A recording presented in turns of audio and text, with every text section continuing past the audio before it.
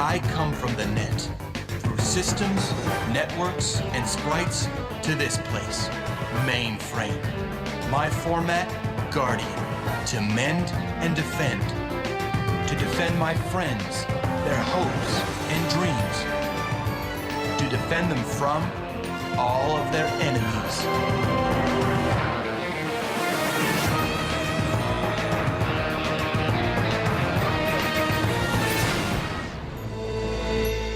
I shouldn't even be here talking to you like this. Why ever not? I'm the command.com of this system. I've appearances to keep up if anyone found out. Dot, calm yourself. I am here to help. Help? Your scans proved nothing. Which Bob's the original?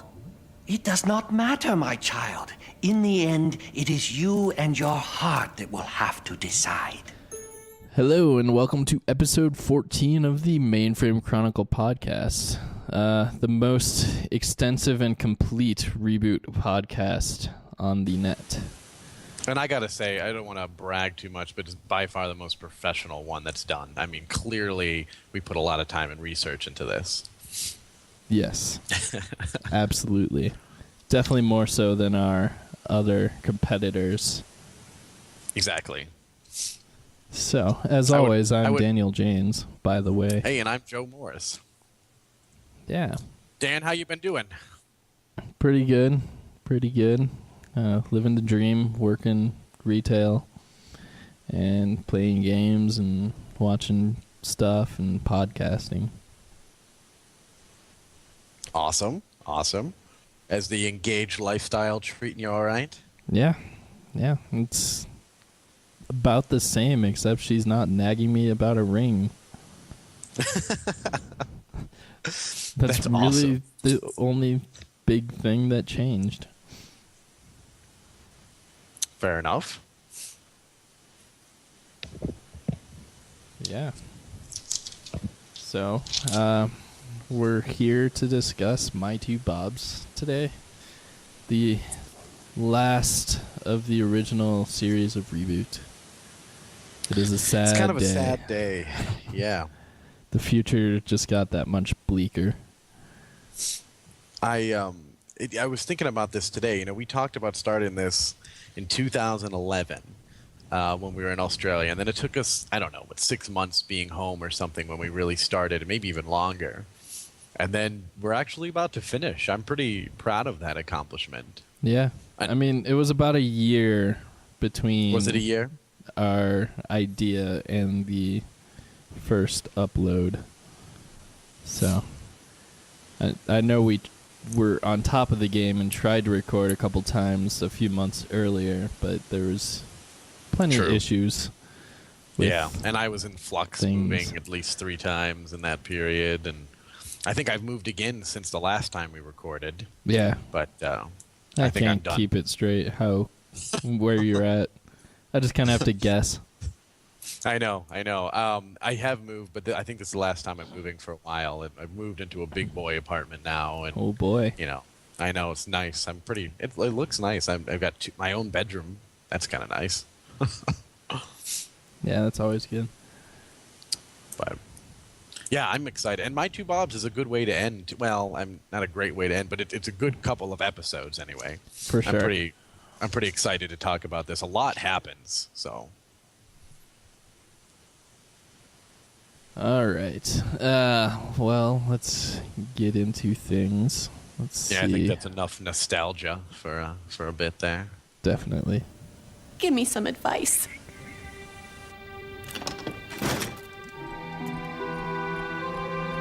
But you have made your choice, haven't you? I thought I had, but now when I look at Glitch Bob, all I remember is what we've been through. I remember the bad times. All the horror. All the pain. I see. And Bob? When I see him, everything's all right. He looks right. He even sounds right. I feel safe. Happy even. when I'm with him, it's like coming home.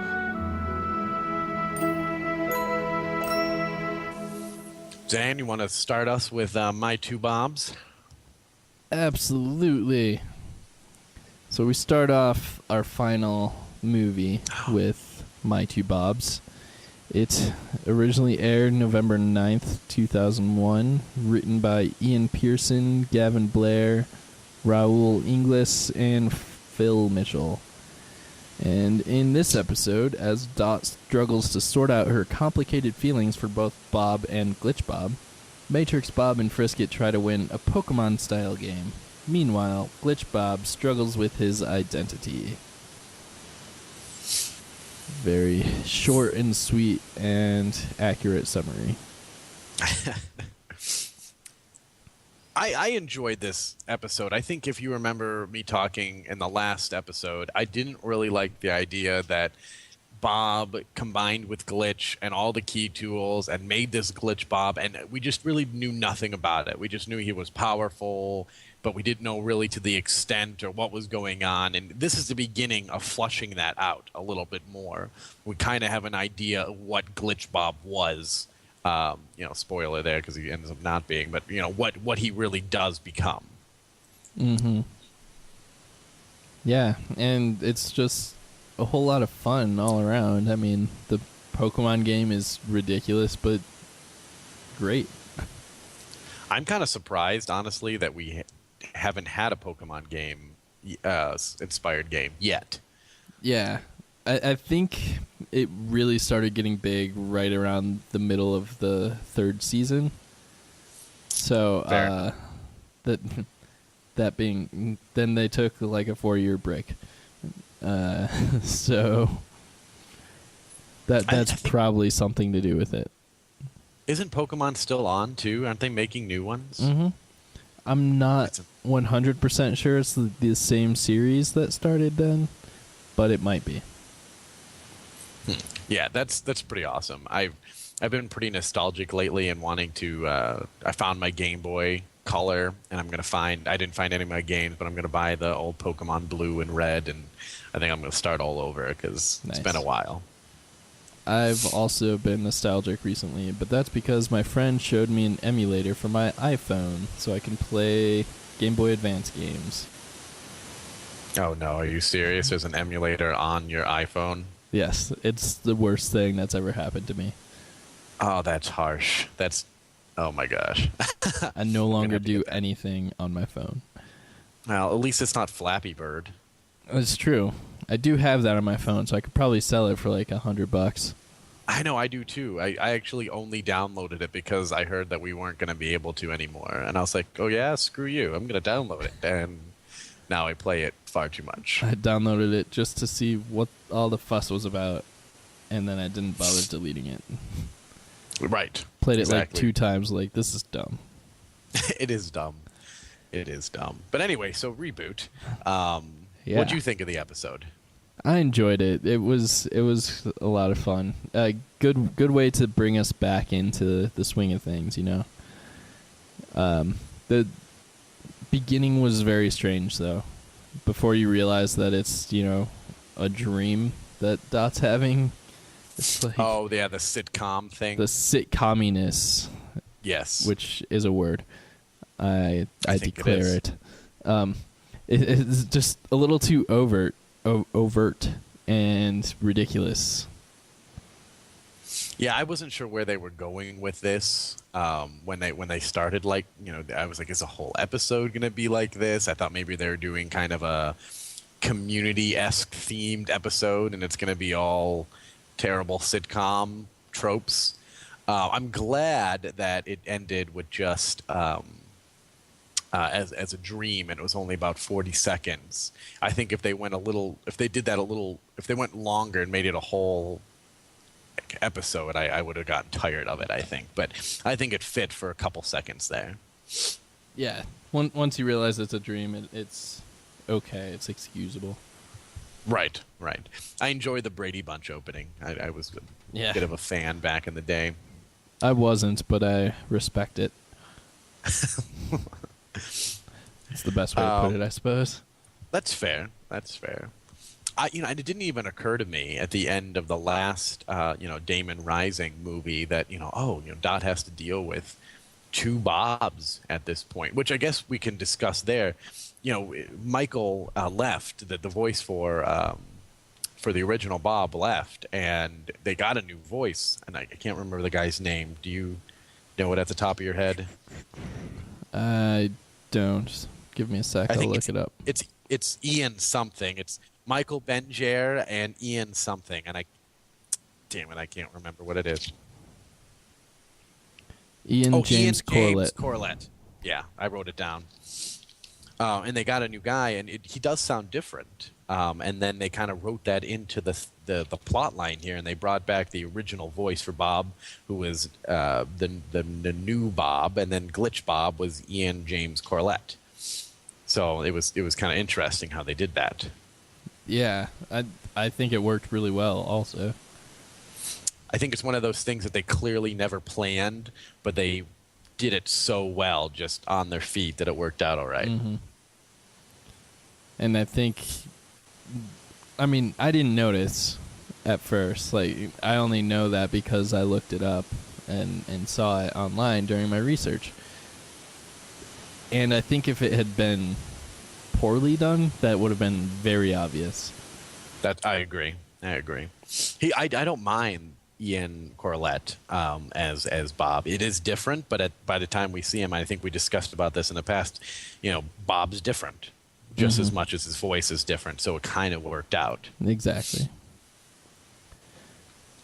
Good. I liked the scene with Matrix as he's training with the other sprites, the binomes.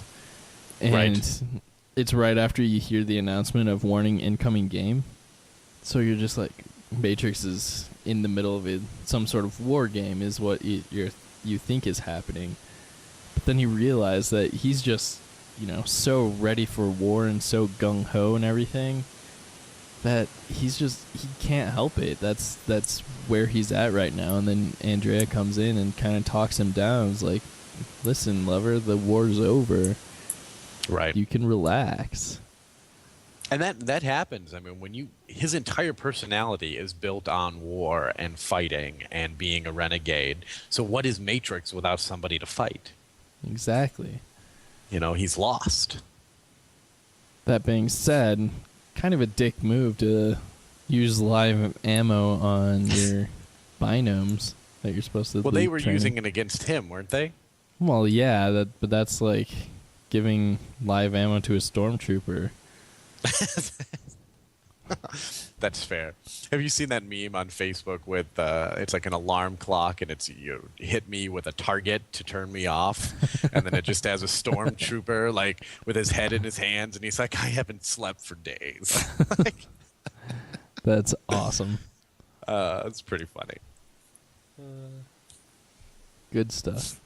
But yeah, no, that was a good Matrix Andrea moment. I think that comes back to Matrix kind of coming to the core of his personality, and Andrea trying to calm him down a little bit. Wasn't one of the binomes? Weren't they Binky and Algernon that were shooting at him? I believe it might have been. Yeah, I think it was. They looked different, but they had kind of that posh Britishness about them. So I assumed that it was Binky and Algernon. Yeah. Yeah. Good. So this episode is a little heavy on the love triangle thing. I guess the next couple episodes, but it's okay. I don't know what they could have done differently to make it better, because it's kind of a big thing. That's kind of what this whole movie is about. Right. It's called the My Two Bobs movie. The episode is called My Two Bobs. So it's about the Bobs. Do you want to talk about the game a little bit? Yeah. Well, but like right before we got into the game, I thought it was fantastic when Bob and Glitch Bob were both running towards the game, and it's we find out that Glitch Bob can't reboot, so he can't go into the game, and Dot stops him everything. And Bob is like making fun and mocking Glitch Bob. He's like, you can't reboot? Like, it's kind of a dick move, but okay. Yeah. And the style of animation changes for the game, which I think was neat that they did that. But I agree. I also don't think that it worked fully. It felt stiff and just didn't seem to fit for me. Yeah, it was. Well, I mean, you can tell that it was like attention to detail, right? And they were trying to make it that much better. But yeah, because it was so different, it kind of was a shock to the system, I think. Mm-hmm. But it's also trying to, parody the anime genre. Right. I mean, obviously with the Pokemon style battle, and then the user is a full-on parody of a Dragon Ball Z character. Right. He's all Super Saiyan and he's got the same kind of uniform. It was Bob that when because he rebooted into, I'm just going to use the parody terminology here, like the Pokeball. Mm-hmm. And he's like, and Matrix is explaining to him what this game is, and he's like, oh, you make animals fight against each other? That's sick. And it never occurred to me until that moment that Pokemon is kind of terrible. Like, I loved it when I was a kid. And that's normal. We capture animals and we make them fight against each other. That is just terrible. It really is. And through the course of researching, did you know that there were like PETA sued the creators of Pokemon and about animal cruelty and everything back in the day? I didn't know any of that. I think I was too young to understand any of that at the time. Yeah, I was too. That or just flat out didn't really care. Yeah, because it's still cool regardless. I mean, but yeah, it is just kind of terrible. It never occurred to me though until Bob pointed it out. Yeah, it's kind of nuts. And also, it's a video game, so PETA can shut up. That's true. That's fair. I mean, I also enjoy playing Grand Theft Auto, so let's get over ourselves. Good. Frisket became Pikachu. Frisket did become Pikachu, and his speaking when he's Pikachu is just the Frisket. I have an anecdotal story about that. There was one time my brother and sister and I were at a petting zoo, and this is just a couple of years ago. My sister's 18, I think, and we were like petting the goats, and she. I just made I wonder what sound a goat makes, because it just occurred to me that I didn't really know. And Jenna, just in all seriousness, goes, "Oh, they go goat, goat," and I'm like, "What? These animals? They're not Pokemon. They don't say their creation. They don't say goat." But it made me think of that when Frisket started saying, Frisket, that my sister thinks goats go goat, goat, goat. That's awesome. She's going to be very happy to know that she made it onto the podcast. Yeah, and of course, Bob turns into Bobzilla. Yes. I very much enjoyed the nuclear bottom burp and the atomic nostril blast. I knew you would.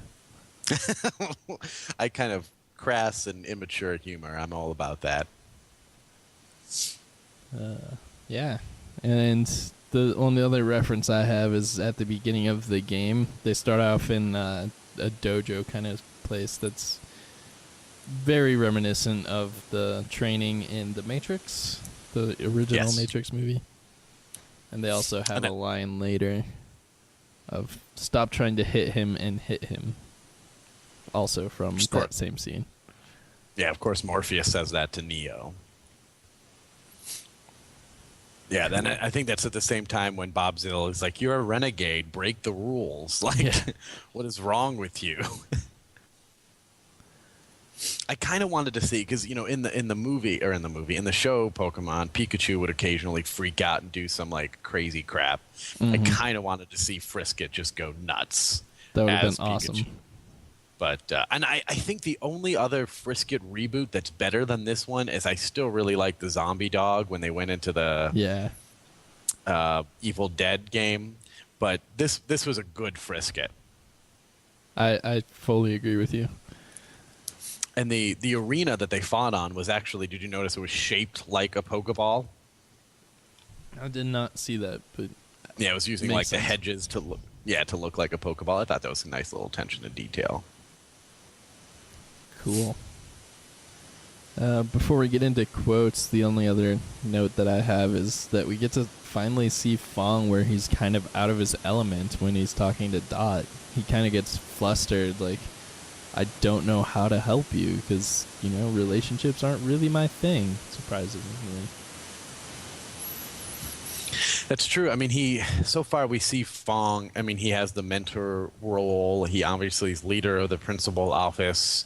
He is a doctor apparently, and at this point, he's trying to be the therapist for the group as well. And even Fong has limitations. He can't be everything and anything all the time. Mm-hmm. Well, it was nice to see that. All right, what kind of quotes do you have? Let's see. I've talked about a few of them. I had at one point Enzo. I think this is during the sitcom era. He's talking about Cecil. And he's like, Cecil, our foreign stereotype comic relief. Yeah. And I just, well, if you have to put it so bluntly, that is correct. I talked about when Bob was mocking him and he can't reboot. And the only other one that I have was Dot when when she's struggling to figure out who she should be with, Bob or Glitch Bob. He's talking about the old looking Bob, not Glitch Bob, because he even sounds right, which is of course a reference to Michael Benjer and instead of Ian Corlett. So that was kind of cool. What about you? Yeah, I liked both of those. There's one scene where they're in Al's Wait and Eat, and they have the homosexual stereotype waiter. Yeah, are all waiters in this world gay? I mean, stereotypical gay, I should say. Because know. Cecil's kind of a little ridiculous, wedding planner, and then you've got this guy, and I'm like, oh, okay, apparently you can't be a waiter in this world. But he go says ahead. something along the lines of, so what if you're a copy? Some of my best friends are copies. You just got to be true to yourself.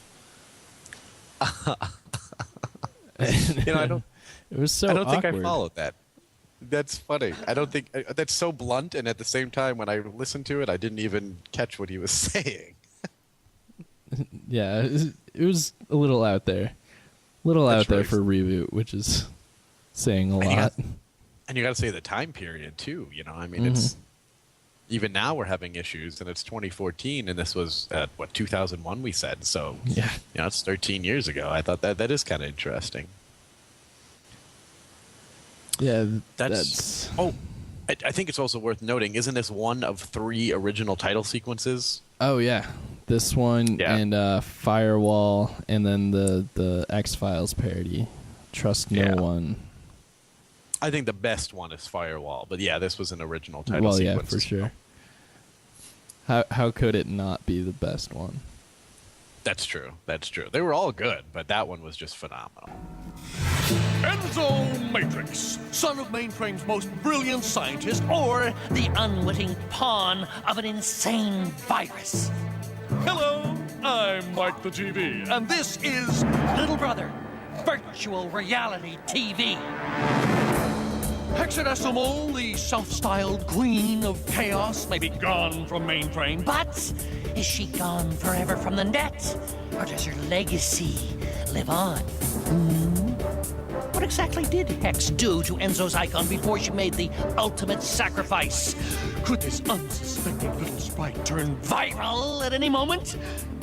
And just where do we get this footage from? Stay tuned.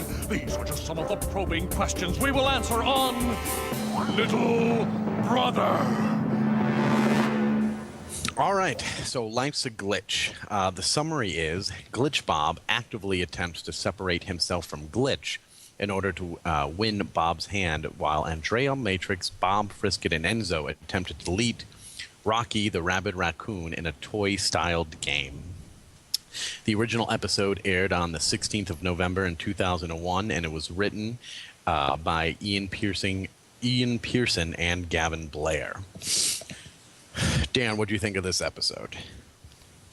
I was so mad to see Rocky back. I was so pissed. angry.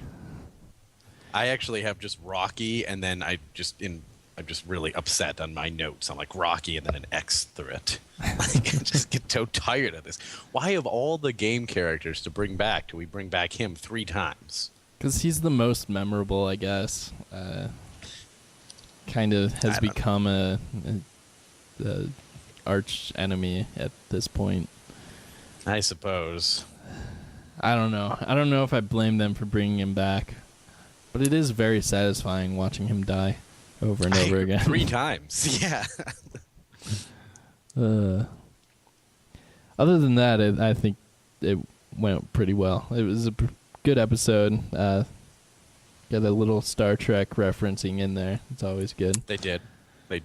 And yeah. I think this was kind of the most stereotypic reboot type episode of the 4, because we had a series of references and there was an overall arching storyline, obviously, but it just seemed very kind of back to maybe 3rd season reboot, which isn't bad. It's just kind of, it's got all this going on and all these different characters and all these reboots and different games and things, which I thought was kind of nice, since we just came from some pretty heavy stuff in Damon Rising. Yeah. Yeah, it's definitely the most reference heavy of the 4 today. Yeah, good stuff. They kind of do a little research into the nulls, which was fun to see. Yeah, we've kind of hinted at that. They've added pieces here and there that, nulls are previous sprites, and then they're more intelligent, they're not intelligent. They have kind of the personality of their old people sometimes, and they've just kind of been building on it. So it's interesting to see that they're still working on it, and that we might, one day get something more out of it. Yes, if only. Cool. I guess the major part was the game, so do you just want to jump into that? Yeah, why not? So this was, I when I wrote the summary, I put a toy-styled game because I didn't want to quite go Toy Story because they've already kind of done that, but it was what it kind of felt to me. So I wasn't sure how to, and they were all dolls and things, so Yeah. it was kind of interesting. Andrea was a Barbie, and Matrix was a Darth Vader, and that kind of stuff. It really reminded me of the N64 game, Army Men, Sarge's Heroes, where you I've never run played around that. as a little green army guy. It's like a GoldenEye. It's like one of those first-person shooters, but you're a toy soldier, and there's like levels in a sandbox, and where you're this little guy running around this giant world. And honestly, I haven't thought about that game in about 7 years. Oh, really? And this brought that back. I was like, huh, interesting. Makes me wanna go play it. I'm all about the nostalgic game systems lately. I found my Super Nintendo, and I've got a bunch of games. I'm gonna hook it up. I'm going retro. Nice. It's cheaper that way. That's true. I mean, I went to a friend of mine it was his birthday, and I bought some Super Nintendo games for him because he's been playing Super Nintendo, and I bought a couple for me, and I ended up spending $30, but I got, I don't know, 40 games or something. Like, I mean, it's ridiculous. That buys you like half a game nowadays. Right? I know, it's ridiculous. Let's see, the characters, we'll just flush that out. Matrix became Darth Vader. Andrea was a Barbie. And Enzo became kind of a cross between like a Pinocchio and Anakin Skywalker, which I thought that was kind of cool, the connection between them and Darth Vader, which is Matrix, you know.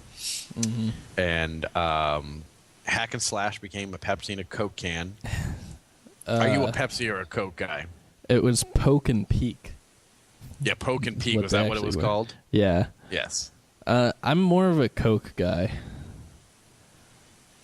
I don't really drink a lot of pop, but I probably go with Pepsi, but I don't really drink. Yeah, I'm kind of over them. pop as well. But if I had to choose, it would be Coke. Okay. And then Fong actually was in the game because, of course, he's doing an experiment, a null experiment, and he became a thing of yogurt. Yeah, like Spaceballs. And he even talks that like makes Yoda. sense. Yeah. I didn't make that connection. Because, I mean, he's always been like the Yoda character.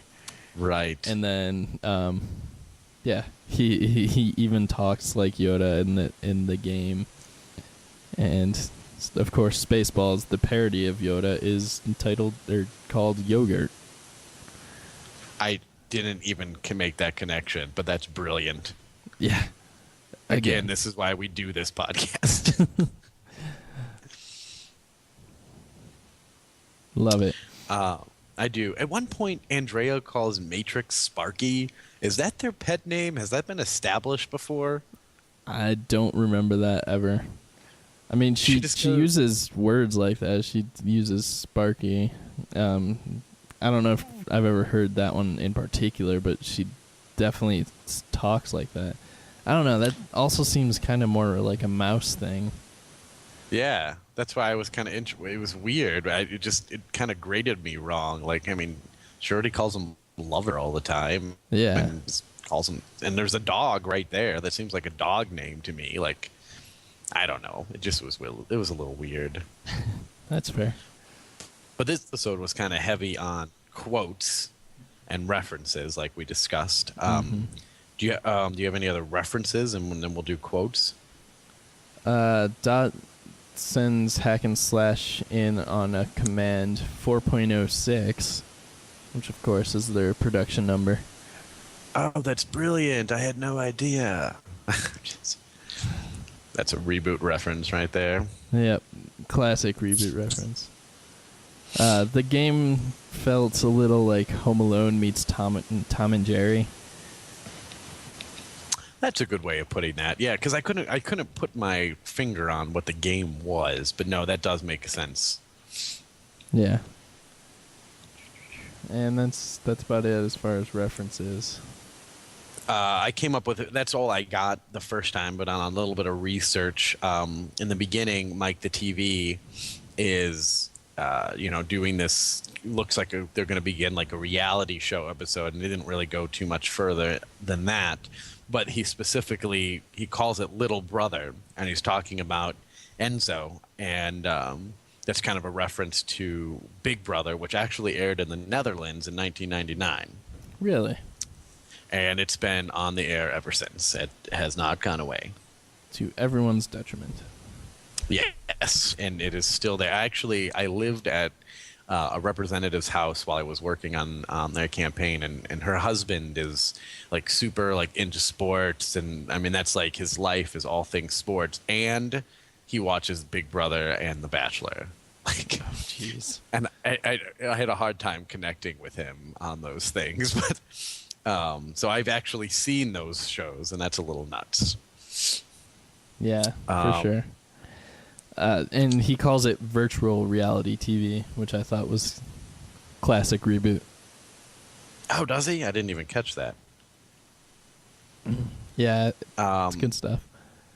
Let's see. When Anakin, or I should say Enzo, as Anakin puppet thing, saves the day there, and he rides Hack and Slash. It was supposed to emulate the pod racers from the first Star Wars Episode 1, Phantom Menace. I drove him around like that. And I think at one point, Matrix, as Darth Vader, drives a giant chicken. to fight Rocky, which is just the ATSTs were often called chicken walkers because they kind of look like that. Star Wars. And then, do you have any other references? Bob yelling, "Luke, use the sauce." Yeah, that was a little much, don't you think? Oh yeah, it was way over the top. Even for Reboot, I thought that was a little too. It was kind of like that Star Trek episode where they just they kind of took away from the storyline for the sake of the references. As one of my theater teachers always said, it had all the subtlety of a sledgehammer. It did. That's exactly right. And I think the only other thing I wrote down is since they're doing this whole Star Wars theme, at the end when Glitch Bob on the B storyline, I guess when he's trying to separate himself for Dot, he looks very similar to Han Solo being frozen in the carbonite. Mm-hmm. Yeah, which is interesting. Let's talk about Bob and his little story going on. Yeah. He gets Go for it. frozen in like the weird goo stuff. I don't even know what you would call it. It kind of looks like a galaxy. Yeah. Stars and planets, and it's really weird. Very strange. Because he actually, what did he do? He went into a tear. Mm-hmm. And tried to kind of split himself from Glitch in the tear. Right. Which I think is kind of a didn't work. terrible plan, because then there would just be two Bobs that are the same. So how would Dot be able to choose that anyway? That's a very good point. He's not helping the decision. I don't think. Anyway. He's just trying to be like he was. He no longer needs Glitch inside of him, so. Right.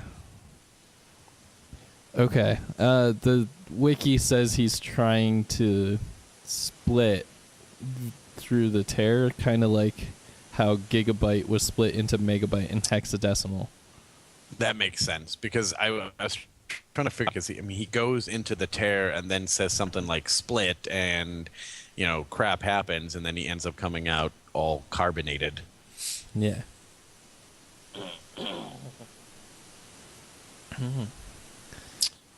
Good.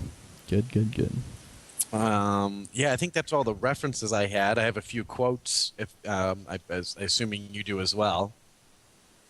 Yeah, we got most of them. But yeah, go for it. When we talked about the Mike the TV thing, I just thought it was pretty funny because he's showing all this like first person footage, which was just from the game, from the show itself, and he actually says like, "And just where did we get this footage from?" Which I just kind of found amusing, that they acknowledge the fact that there wouldn't actually be that footage if it wasn't a television show. That's pretty clever. Yeah. Let's see. We did the use of sauce.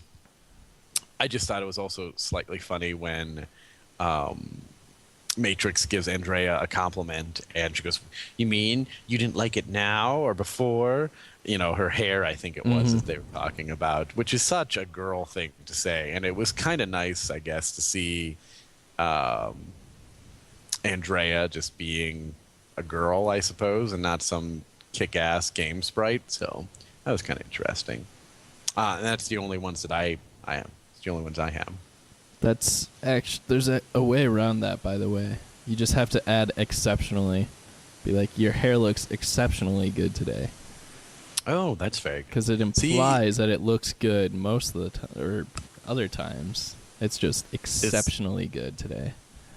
This whole engagement has made you a very wise man, Dan.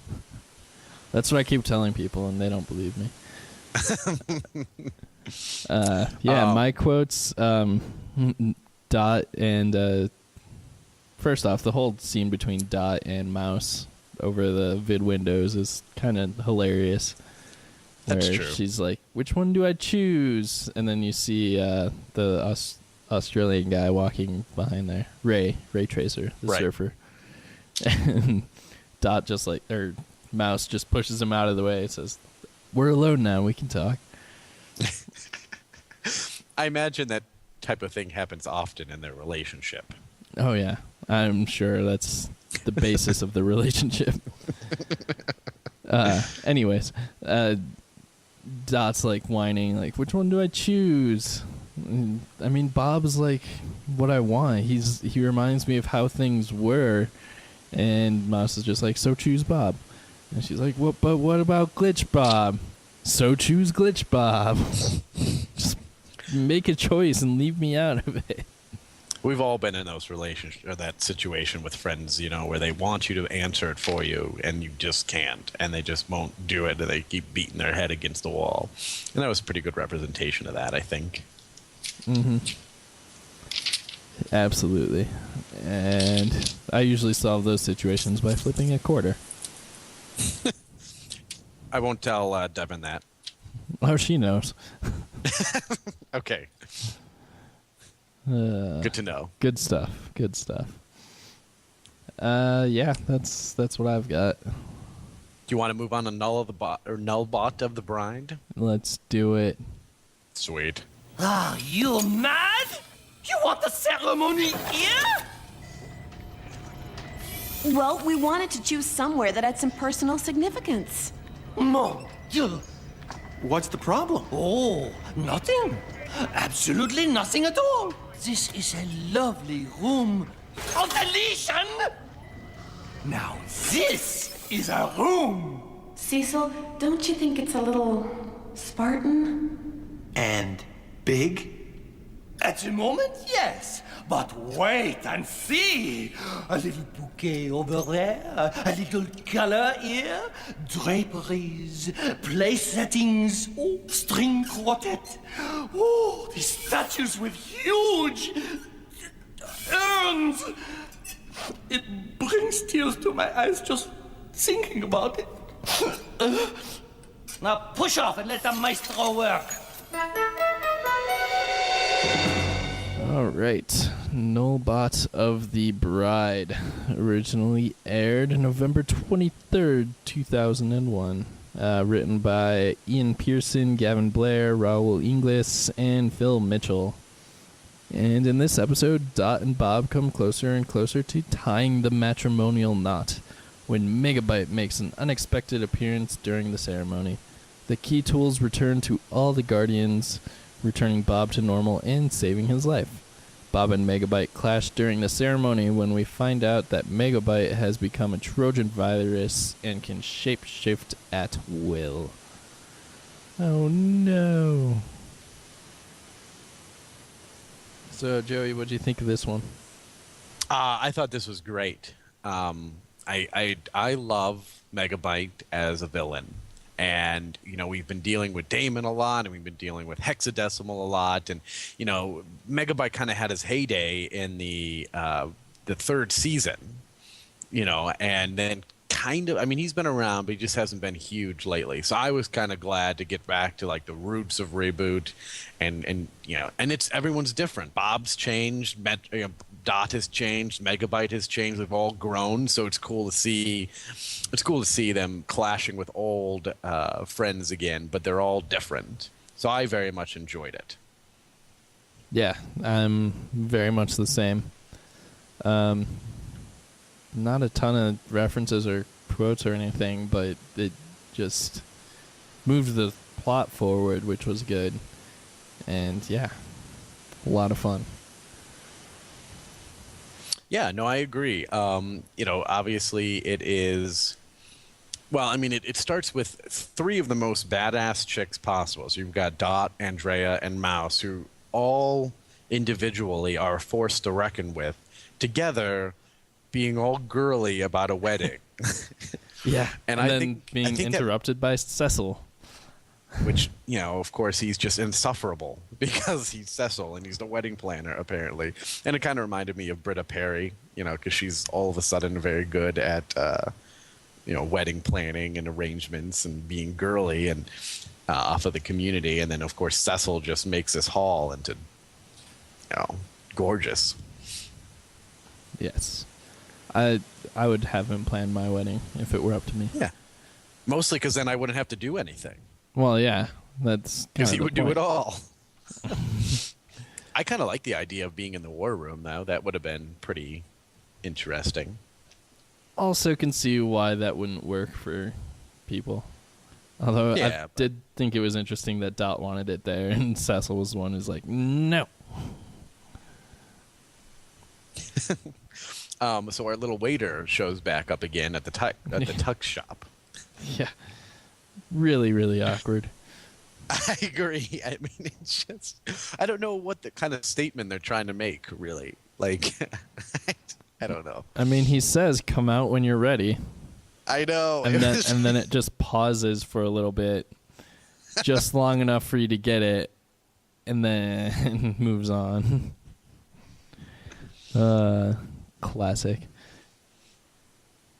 I thought it was extremely creepy that through it all, Dot had to choose between Bobs, I should say, and she chose Megabyte and fell in love with Megabyte, and they kissed at one point. Like, oh, just gross. That is true, and very creepy to think about. Megabyte got a little rapey there. Yeah. Yep. Ugh. Rape is bad. Don't do it. Yeah, agreed. Officially, that is the Mainframe Chronicle's position on rape, is that we shouldn't do it. It's bad, and you shouldn't do it. Through much deliberation, we decided on it. I thought the bachelorette party was pretty cool. They had the village people buy gnomes. Yep. I think the last Which time we saw them was Talent Night in season 1. Right, which is an amazing episode. Although we might have seen them, like, just in passing real quick.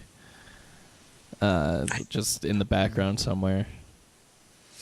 Yeah, I can't remember. Don't remember exactly specifically. where, but I'm pretty sure we've seen glimpses of them since then. But first time we actually see them since season 1. I actually met some of the village people at the Super Bowl when the Super Bowl was in Indy.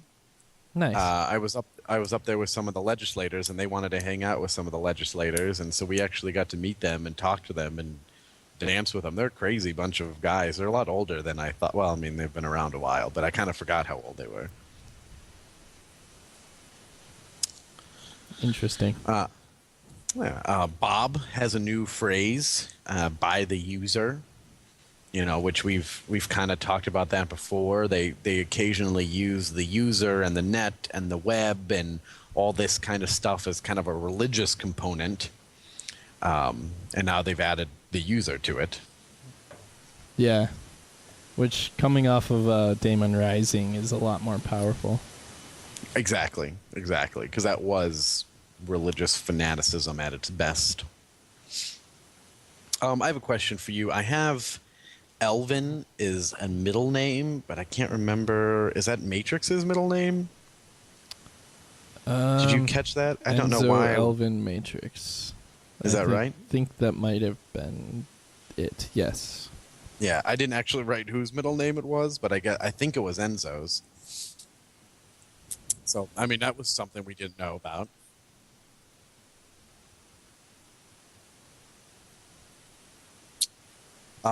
You want to talk about Bob a little bit? Some crazy stuff happened. Glitch Bob, I should say. Yeah. I mean, he's off in the supercomputer. The other Guardians are trying to fix him, see what's up, trying to understand things. And then they do. Or the key tools come and rescue him. They decide to split from Glitch Bob and make everything okay. Yeah. And then they kind of do a dream sequence, kind of 2001 Space Odyssey kind of thing going on.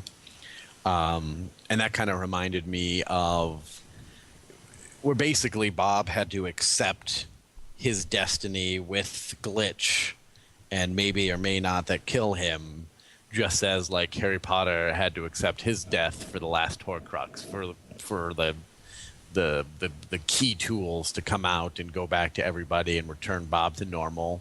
You know, the same kind of thing had to happen with Harry and Voldemort. So I thought that was kind of a cool little thing going on. Only about 45 minutes this time. I know it's about my time period. I usually wait a little bit. I was starting to get worried. I thought you were. Good. And that's really all the notes that I had from this episode. Not that it was a bad episode. It was just there was a lot going on. I mean, the fight scene between Megabyte and Bob was really cool. Mm-hmm. You know, and like I said earlier, Megabyte's different. He's tougher. He's meaner. He's he got looks the Trojan horse virus thing going for him, so he can be whoever he wants to be. Which is that you're so hard to fight. Yeah. You know, and Bob too. I mean, he seems tougher and more adamant about capturing Megabyte, and they both seem much more powerful. I think Megabyte even mentions that. Mm-hmm. Yeah.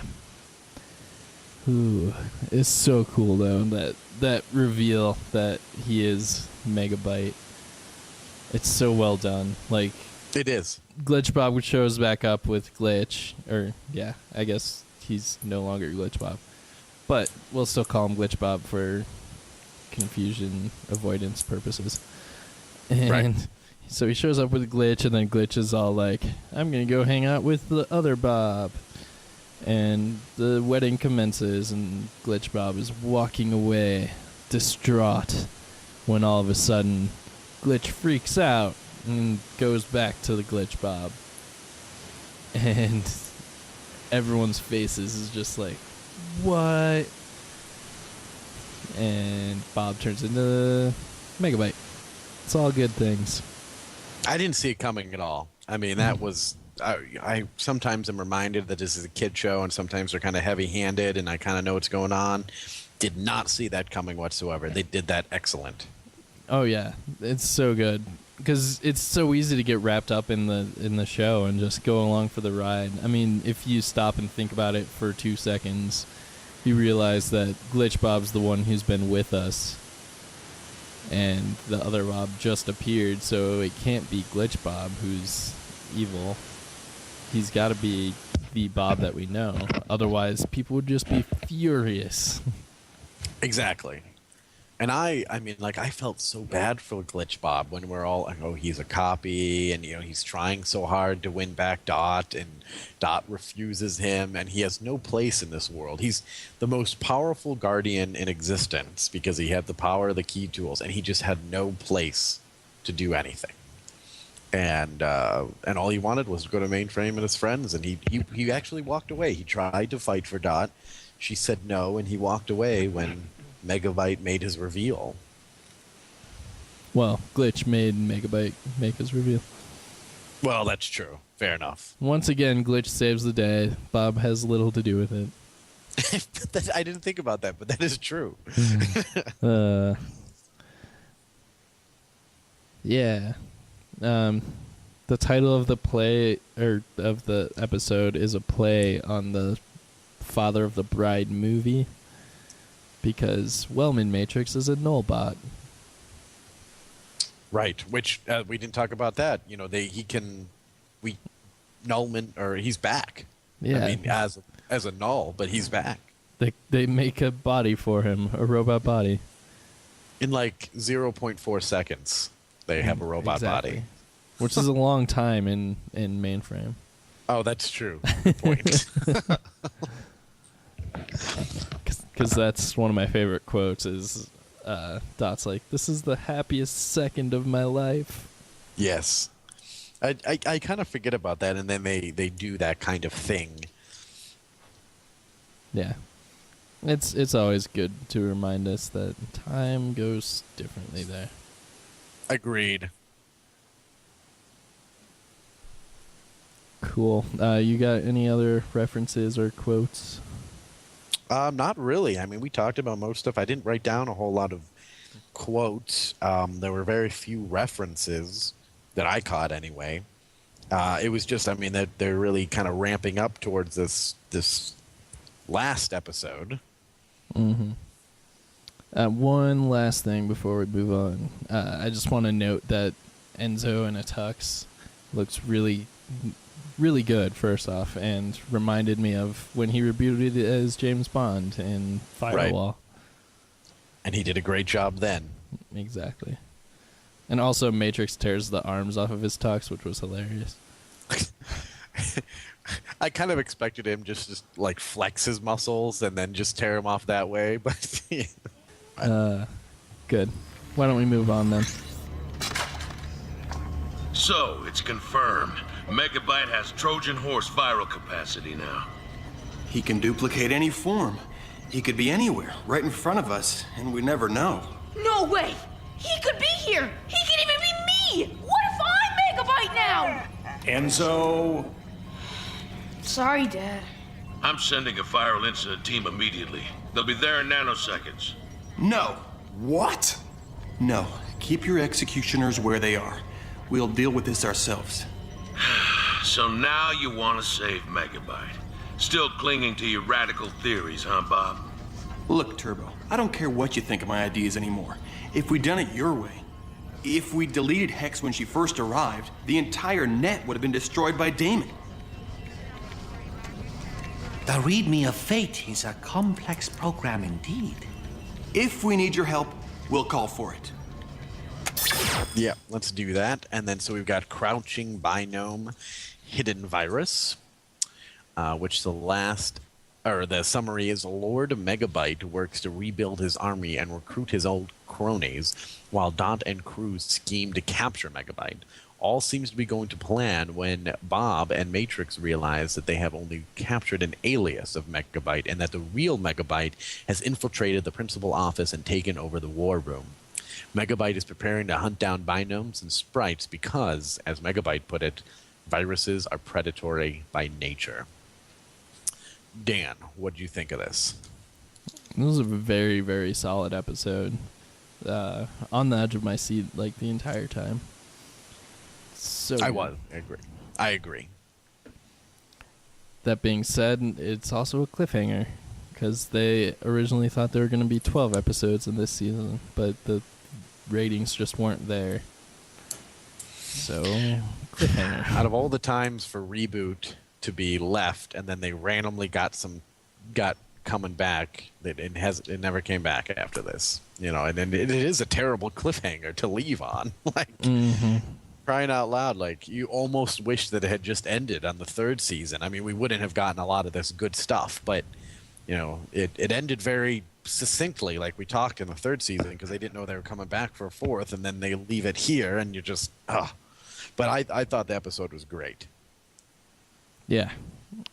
And obviously the title is a play on the Crouching Tiger, Hidden Dragon novel/movie.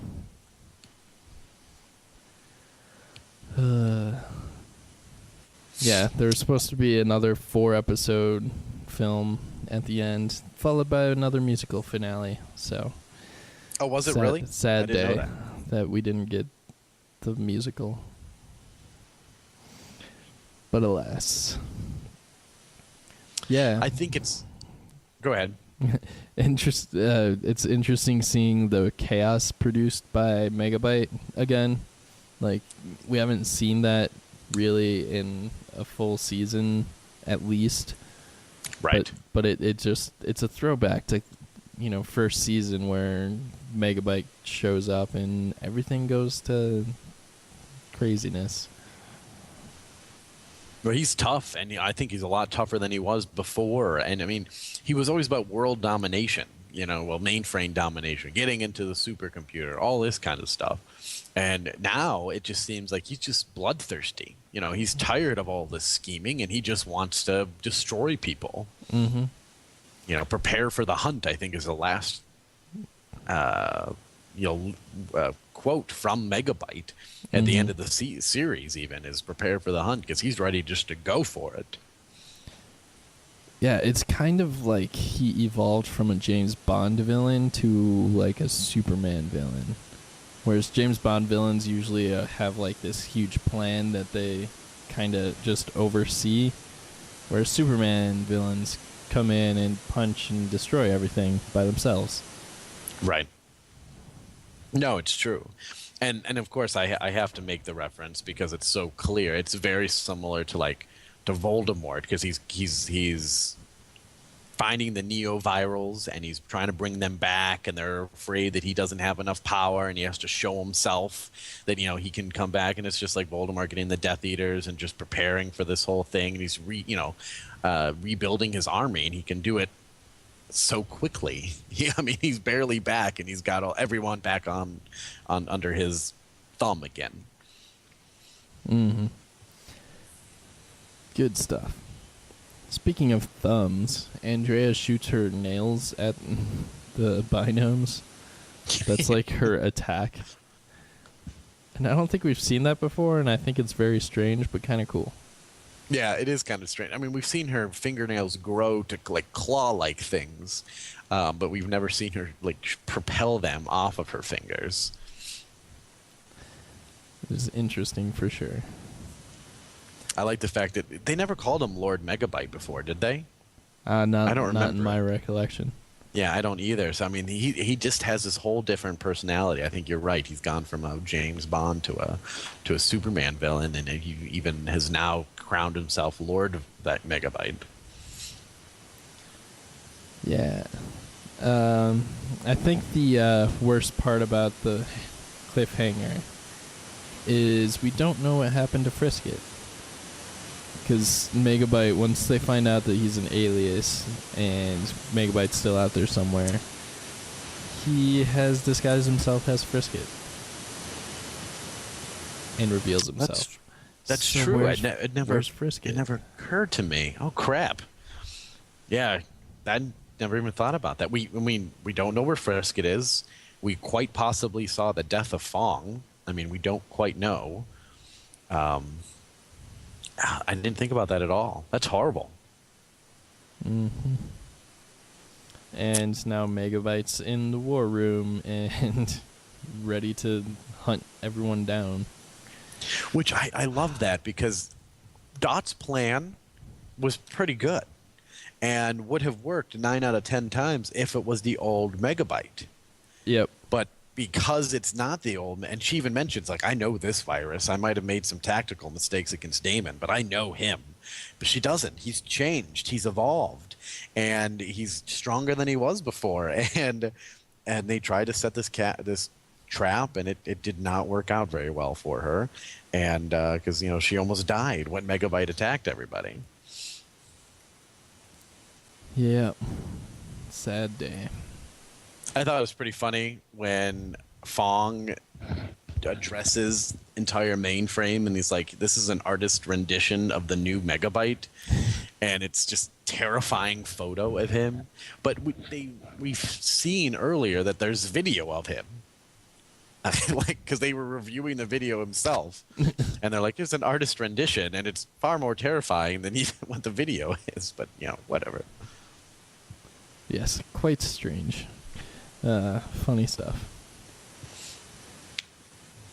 Only real reference I got was the Mainframe neovirals was reminiscent of the Blues Brothers. Neovirals. Yes. I hate Mainframe neovirals, as opposed to I hate Illinois Nazis. Which all works. I mean, it made sense. Mm-hmm. At one point, I think, I don't remember how she said it, but Dot basically said, I love it when a plan comes together, which is almost word for word what Hannibal always says on A-Team. Yeah. He always has these elaborate plans. It's a phenomenal show. I actually watched the movie first, and then I went back and watched the show, and they're both good in their own right. Yeah. I enjoy them. And then at one point, one of the neovirals says, or else you'll be up against a wall when the revolution comes. And they're talking about that right before Megabyte reveals himself. And that's from The Hitchhiker's Guide to the Galaxy. Which is a great book. Great trilogy of 7 books. At one point, when he takes over the war room, there's a bunch of good binomes running around trying to fight him. I just thought it was cool. There's a few with a French Foreign Legion hat, So I thought that was kind of interesting. But yeah, I thought it was overall a great episode because I love this new Megabyte because he's almost a cross between Megabyte and Hexadecimal because he's still a schemer, but he also just likes to create chaos now. Mm-hmm. You know, he's kind of becoming more. So that was kind of cool. Yeah, and definitely had room to grow and room to explore his personality and his newness. Right. Unfortunately, I don't think Tony J is still alive. I'm not sure. No, I'll have he's to not. look. He's not. So even if they do bring back the character, it wouldn't be him. So I kind of don't want them. What's his name? One of the guys who voiced Hacker Slash, Jerry something. Please hold. Nope, not that one.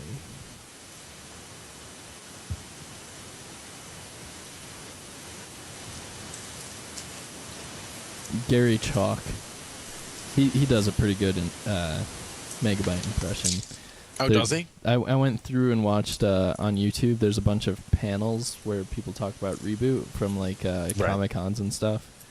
And Sure. there was one where is it Kathleen Barr who does Hexadecimal? Dot. No, Or- Kathleen Barr does Dot. Yeah, she does Dot. And then who voices Hex? I can't remember her name. 'Cause I think it was her who. Anyways, she says that, like, yes, it is very sad that he is dead, but Gary Chalk would be a okay replacement because he does it very well. And then That'd be he cool. does Keep it in the Reboot voice, family. which is awesome. It would be cool to keep it in the Reboot family, I think. Mm-hmm. And I think most everyone who was involved voice work wise in this episode or in this show would be up for coming back. Well, they're not really doing anything, unfortunately. We have a really good group, and we've talked about that, of the voice actors and what they had to do in this show, and they haven't really done much anything else besides Reboot. I mean, of course they haven't. They never done anything as big, so I imagine they'd all love to do it. Mm-hmm. Awesome. Well, that's about all I have for Crouching Biome Hidden Virus. Do you want to go back and give our scores? Yeah, why not?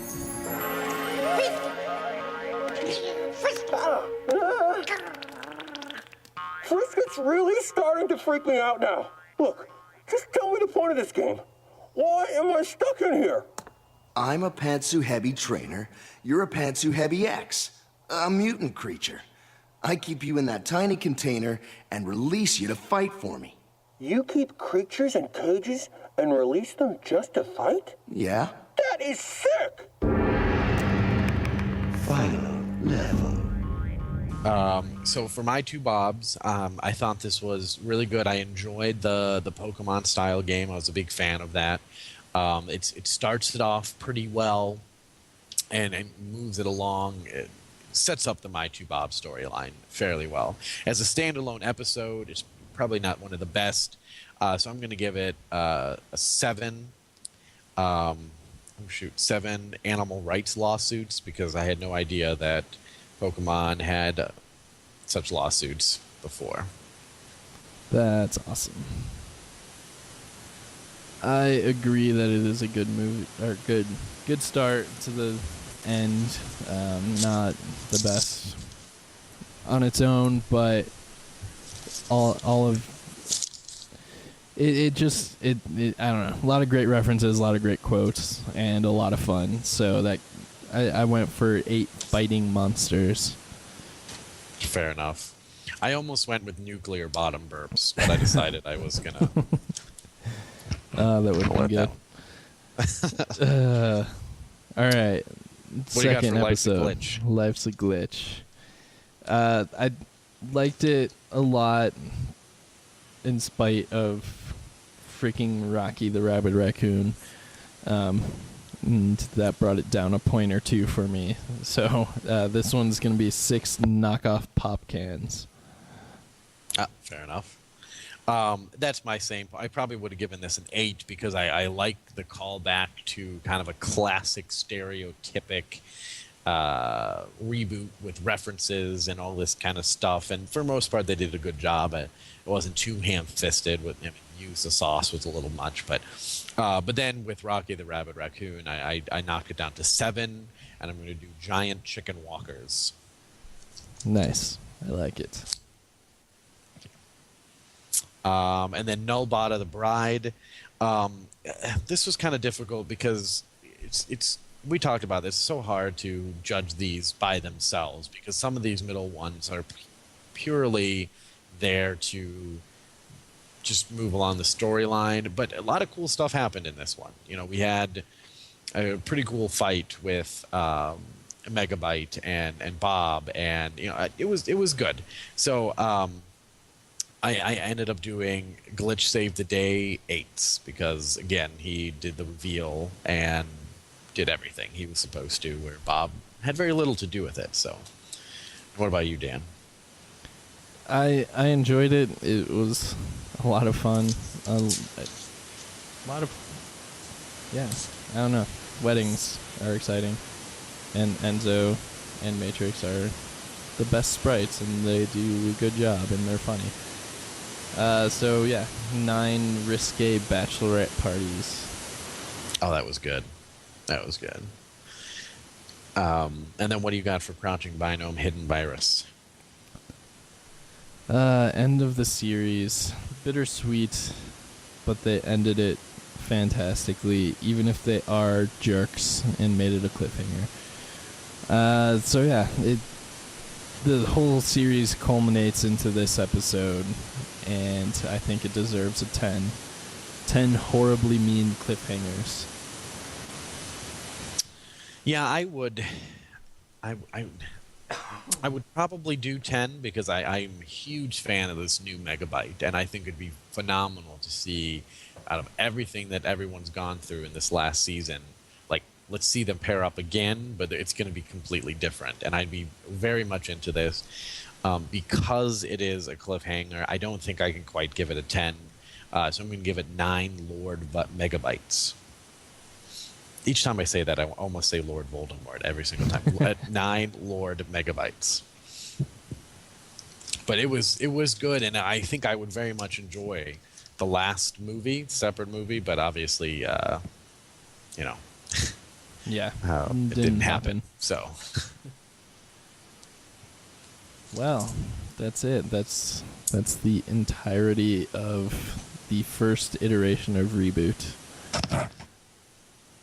I expect there to be more. I mean, they've been talking about it, and I'm not really going to get my hopes up until I see something more concrete, because so far they've really just said, yeah, this is what we want to do, and we hope it's going to happen. And I'm sure the people at Rainmaker want it to happen, but they got to make sure it's fiscally sound. They have to make sure that it's going to make them money, because they don't have unlimited bouts of cash here. So I'm still not 1,000% certain it's going to happen, but I really hope it does, and maybe we'll be around to see it. So, yeah, hopefully one day we will be back.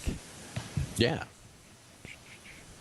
Now, just a real quick season wrap up.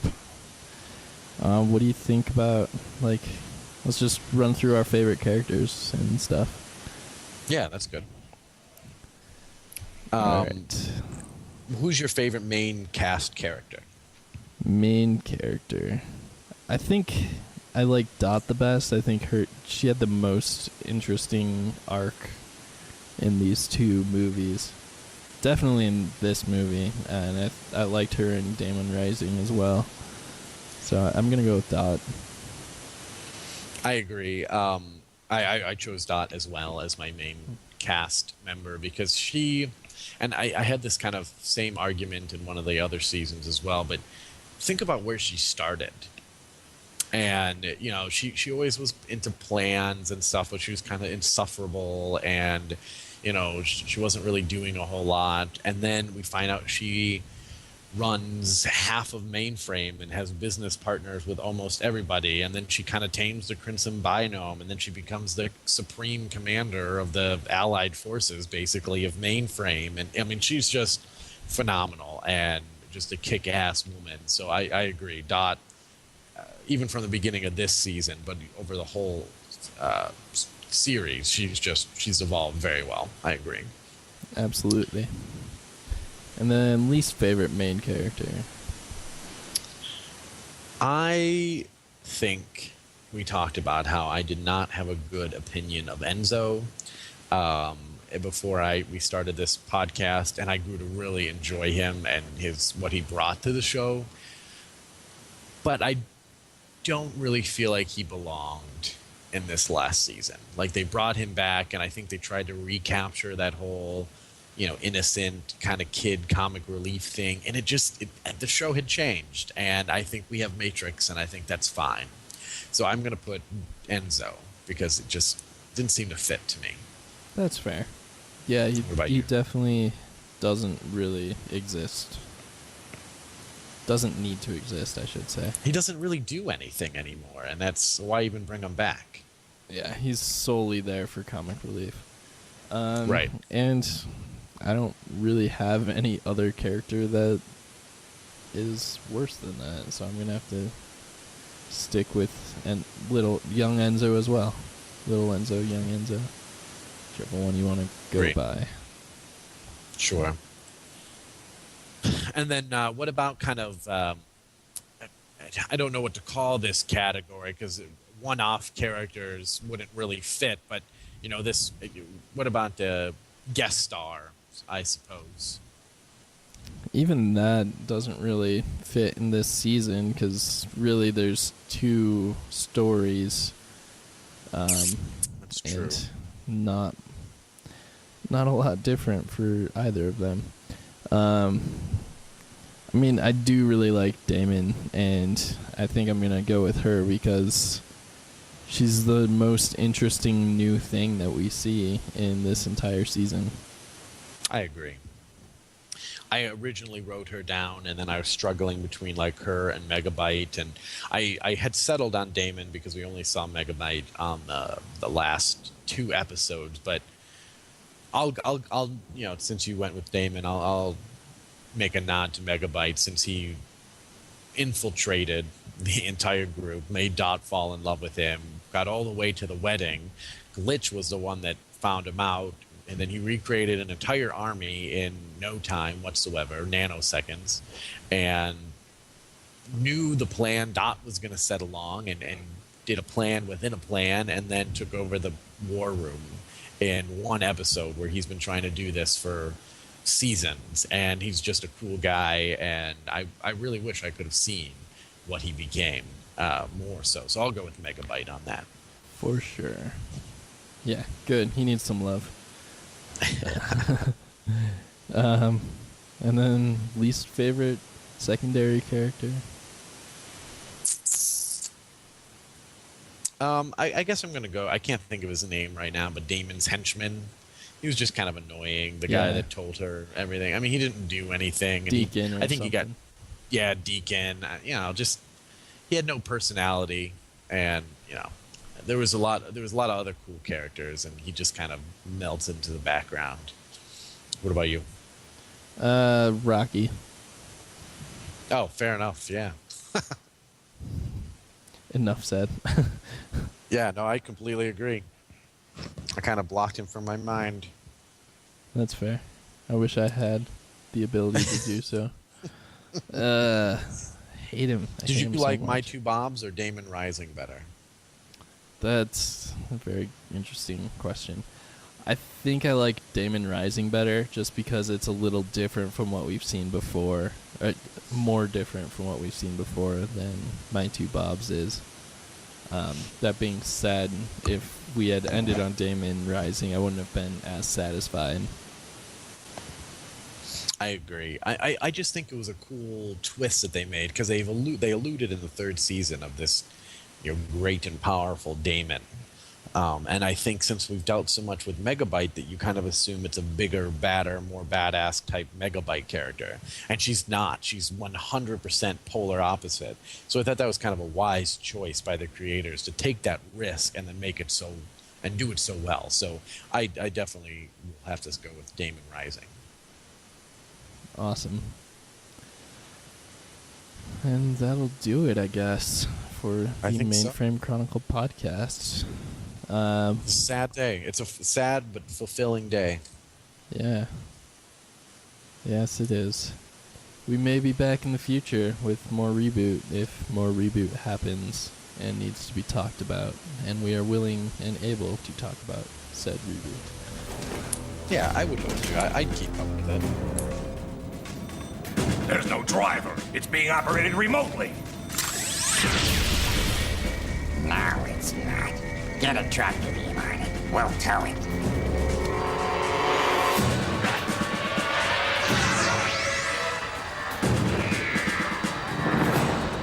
Where does he get those ABCs from? It didn't take him long to build an army again, did it? Just as Dot surmised. And now he has the Gateway Command. Don't you love it when a plan comes together? But until then, thank you for listening. If you want to shoot us some emails, if we get enough emails, we'll probably do an email episode. The email is mainframechronicle@gmail.com. You can also find us on Twitter at MFChronicle. If you want to leave us feedback on our website, we are mainframechronicle.blogspot.com. You can also rate and review us on iTunes and like us on Facebook. Yeah. If you want to check out our other podcasts, you can do that at almproductions.net, because I have a .net now. I was going to say, isn't he cool? He's got a .net, his own .net. But yeah, that's that. And I just want to, thank you, Dan, because you're the mainframe king on this. It was your idea. You put the you do all the editing, and you wrote me in, which really I should have done that because you've got 1,000 other podcasts to do, but you never questioned it and did a good job and did most of the summaries and all that kind of stuff. I just kind of sit down and talk for a minute. So, well, thank you for bringing it all together, and I've had a good time and I appreciate it. I just want to thank you for being the best co-host I've ever had on this show. Oh, well, thank you. And, yeah. Sherlock might be upset about that because he was a co-host. That's true. But he was only here for one time. He was a guest host. He was the best guest co-host we've ever had. We'll give him that honor. Yeah. That was a good episode because that was when I was sitting outside of the coffee shop stealing their internet and had to mute myself anytime a car came by. Do you remember that? Ah, yes. Good times. Had so many good times. Maybe one day we'll do an episode where we just talk about how hard it was to do this podcast at times. And, me falling asleep on the ground and, just all sorts of funny stuff we could go for. I agree. That would be funny. Oh, man. But yeah, thanks, Joey, for helping me do this for 14 full episodes. And, being able and willing and excited about doing it. Yeah. I mean, like I said, I had barely remembered Reboot, but I remembered it being a huge thing when I was younger, and I was happy to be reminded about it. And, I feel like I am the preeminent Indiana expert about Reboot. Oh, which reminds me, there was I'm sorry, I was out. I have a night class, and I go out for pizza and beer after the night class, and I'm sitting there. I was just with my brother, and I just hear this group of people talking, and they mention Reboot. And I'm like, what the heck? So I had to go over there and talk to them because they were just saying, oh, yeah, do you remember the show Reboot? And I'm, introduce myself, and they said they're going to start listening, so we might have a few more people listening. But I'm just in a pizza shop, and these people start talking about Reboot, so clearly I had to go over and tell them about Mainframe Chronicle. Naturally. So it was good. I felt good that I was a part of the Reboot culture, even if they don't know it. Reboot doesn't. I am. Awesome. So, well, yeah. As always, thank you for listening. I am Daniel Janes. I'm Joey Morris, and I feel like you deserve the last one, sir. Well then, stay frosty, my friends. Attention. As you are no doubt aware, the principal office is now under my complete control. You're probably looking forward to one of my erudite speeches about me, Megaframe, the new viral dawn, etc., etc. But I'm afraid I'm going to have to disappoint you. There is no grand scheme here. This is about revenge. Viruses are predatory by design, and it is time for me to follow my function. Prepare yourselves for the hunt.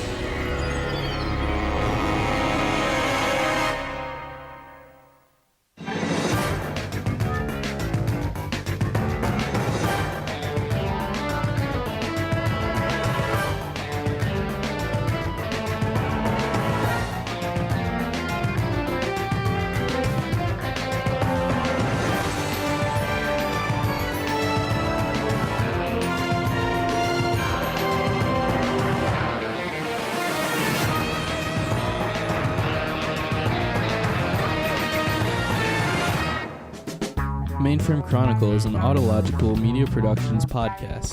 Please leave us feedback over at mainframechronicle.blogspot.com or by sending us an email at mainframechronicle@gmail.com. You may follow us on Twitter at MFChronicle, and please rate and review us on iTunes and like us on Facebook.